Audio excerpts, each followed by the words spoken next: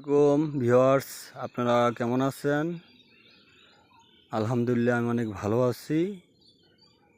দেখেন আমাদের গ্রামের বৈরা নদী।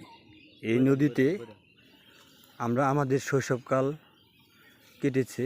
এই নদীতে আমরা যে কত গোসল করেছি সেটা বলতে পারতেছি না। আর এখান দিয়ে অনেক গাছপালা ছিল, অনেক গাছ ছিল। এখন আর গাছগুলো নেই, সব কেটে গেছে।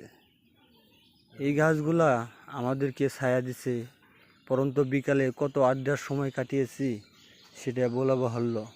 সেই দিনগুলা, স্মৃতিগুলা আজকে রয়ে গেছে, শুধু স্মৃতি রয়ে গেছে।